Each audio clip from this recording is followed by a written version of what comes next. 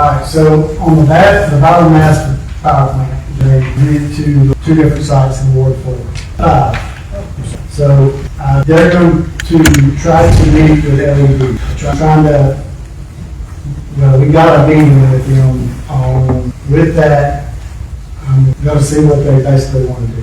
What they're wanting to do with LED, how much tax abatement they're wanting to get, how much they want to do, and also talk to them about maybe doing a pilot program. If that's the route they're going, they're going to try to go and get tax exclusions. That is the biomass. The document I just sent to y'all, this was a deal, and this is only for the injection site that will be required for this place, for the biomass plant. So it's separate in income, it's separate in everything, except for the fact that it'll be used by the biomass plant as their route of injection CO2. And basically, you'll find at the end of the state session, to give a little context, they try to give 19 cents to the parish. Of that 19 cents, 7 of it was actually allowed to be used in the parish. That's all we could use. And it was capped to where we couldn't use it for certain items. It could only be used for infrastructure and stuff like that, dealing with those plants. So I went to, and I tried to work out an agreement. And this is what I've got worked out so far, and I wanted to update everybody on this deal, and so we can start talking to folks to see where everybody's at. So Oxy has agreed to $1.25 per ton injection fee. This will be paid into a community benefits agreement. At year 3 of the project, it will generate $9,375,000 a year for the parish for this one site. Of that, no, I'm sorry.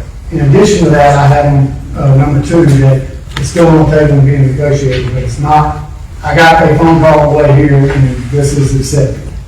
So on top of that, they're willing to pay 19 cents directly to an emergency fund that will be held into a link fund. That'll generate $1.4 million a year for disasters, basically. That'll cap at $5 million that we're approved and we're put into a land fund and set up basically how we want to. Land for this project has already been secured. It's under lease. It's removed from eminent domain for this sequestration hub. Oxy will not site any wells or equipment within half a mile of any structure without owner approval. Commitment to work with first responders in our area providing training. Laydown areas will be placed in Allen Parish to maximize sales tax revenue within the parish. If this wellhead is ever sold, this agreement goes with it. Oxy has a grant work program for first responders. They can apply for funding for training and equipment. They have they've committed to continue to be involved in local communities, as in fairs, rodeos, Dixie Youth Ball programs, and many other local events.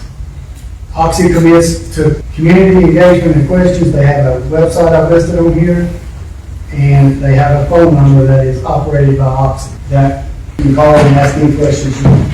I felt like this needed to be brought to the public because y'all need to know what is on the table. And I don't know how else to do it but to put it to the people. Let y'all tell y'all's police jury how y'all feel about it. That's pretty all I can say. The bottom line here, in my opinion, is in the morning, if we wake up and they issue a permit for them to drill seals, you do not get $1. You won't get anything from these ejections. Us going to the table with these companies and doing something, we're depending on the governor's word that he will not issue these permits. It's scary. It's the fact that we have no way to do anything with us negotiating. I just want to bring that to the public and lay it out and show y'all. I'm going to give the copy to y'all to put out to the public, and that's pretty well all I got on that, except for the fact that the CBA can be broken up into several different spots. So I did a little mock-up on page 2, and this is just preliminary. It can be anything, but so. Teacher salaries of that $9,375,000. If you do 50% for teacher salaries, that injects $4,687,500 into teacher salaries and stipends. 20% to the road infrastructure. 1.8 almost $1.9 million we can inject into any ward in our community. So Ward 2, Ward 4, that's struggles with money, we can inject it straight into those. And they can be set up by industry, however we want to do.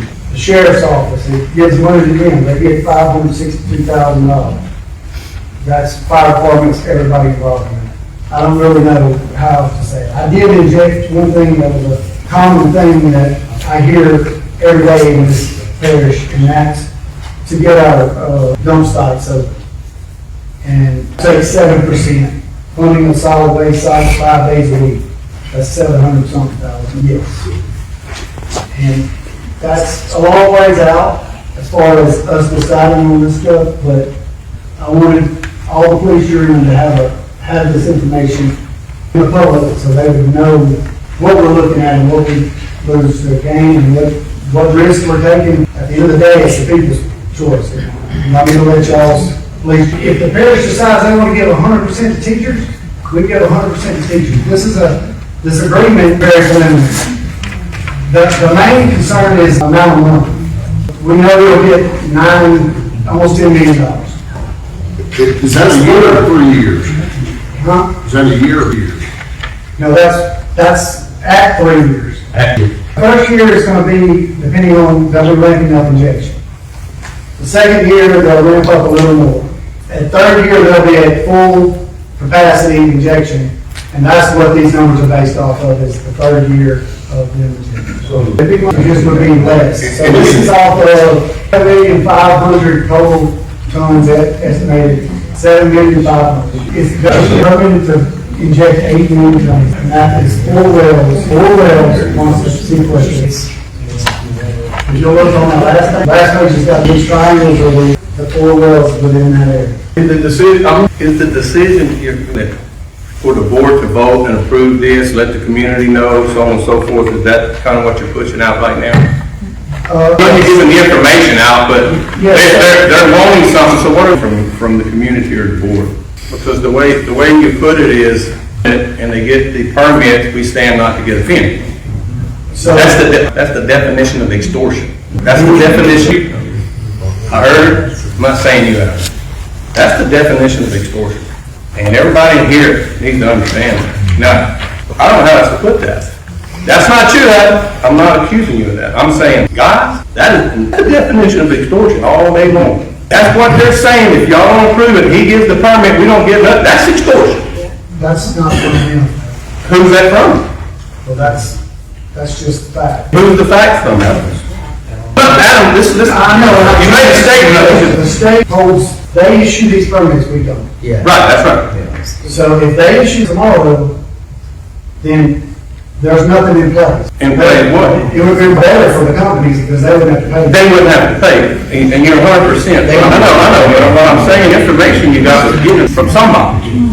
Those numbers are specific, pretty specific. They're wanting something. They're wanting something. But if somebody gave you that information, and Jeff Land, whoever approves it, and we don't get a penny, I'm sorry, I don't care how you look at this. What they're saying, you know what we call that where I come from, with all your mind, it's called strong arm. Definition of strong arm. And that's bad. I mean, men's next, I'm not accusing you, no, I don't think y'all do that. The one you talk about, the one that started this quagmire in the first place. Biomass plant has to have, they are the. Why do they have to? That's what they're telling you, I get it, Adam. They're getting a tax incentive off of it. I don't know what their profit margin is without that, but I guarantee it's not enough. The injection is going to surpass their profit margin that they make off of this biofuel is not sustainable. But I'm with you, I'm not against you on this, Adam. I just want to clarify to everybody what this is. Now, the other thing is this. So, and Norman covered this last meeting.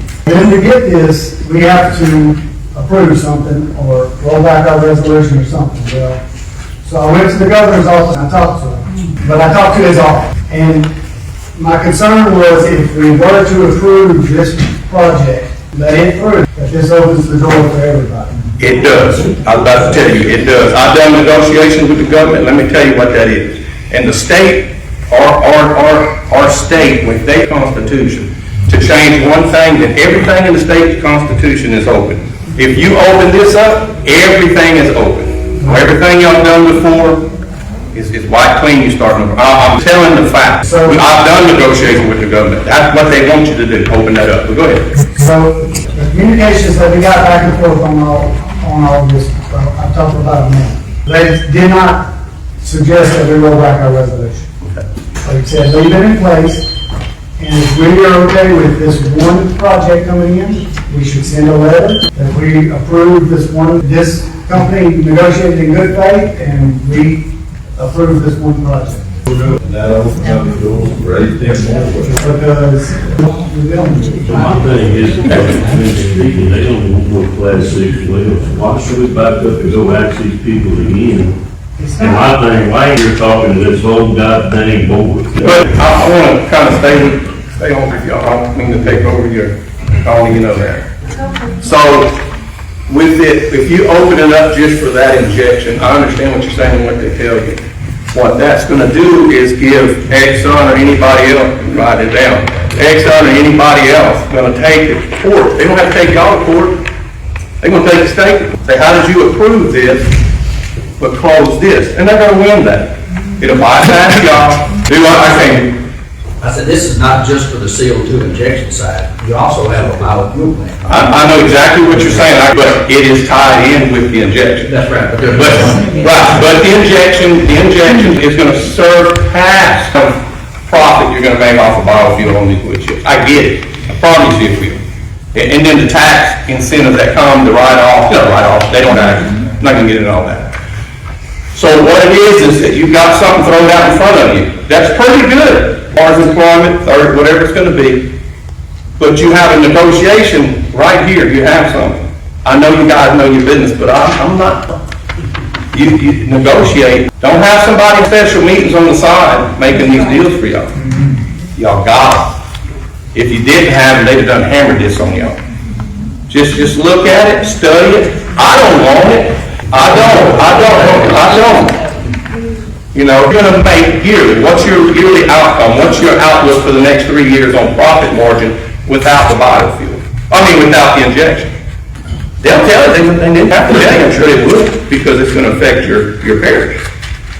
And when they get that, you measure it against the injection, and you're going to see what I'm talking about. Well, it won't be in the project unless they have access to injection CO2. But they already have it. But what I'm saying, though, on this, they already have a projection.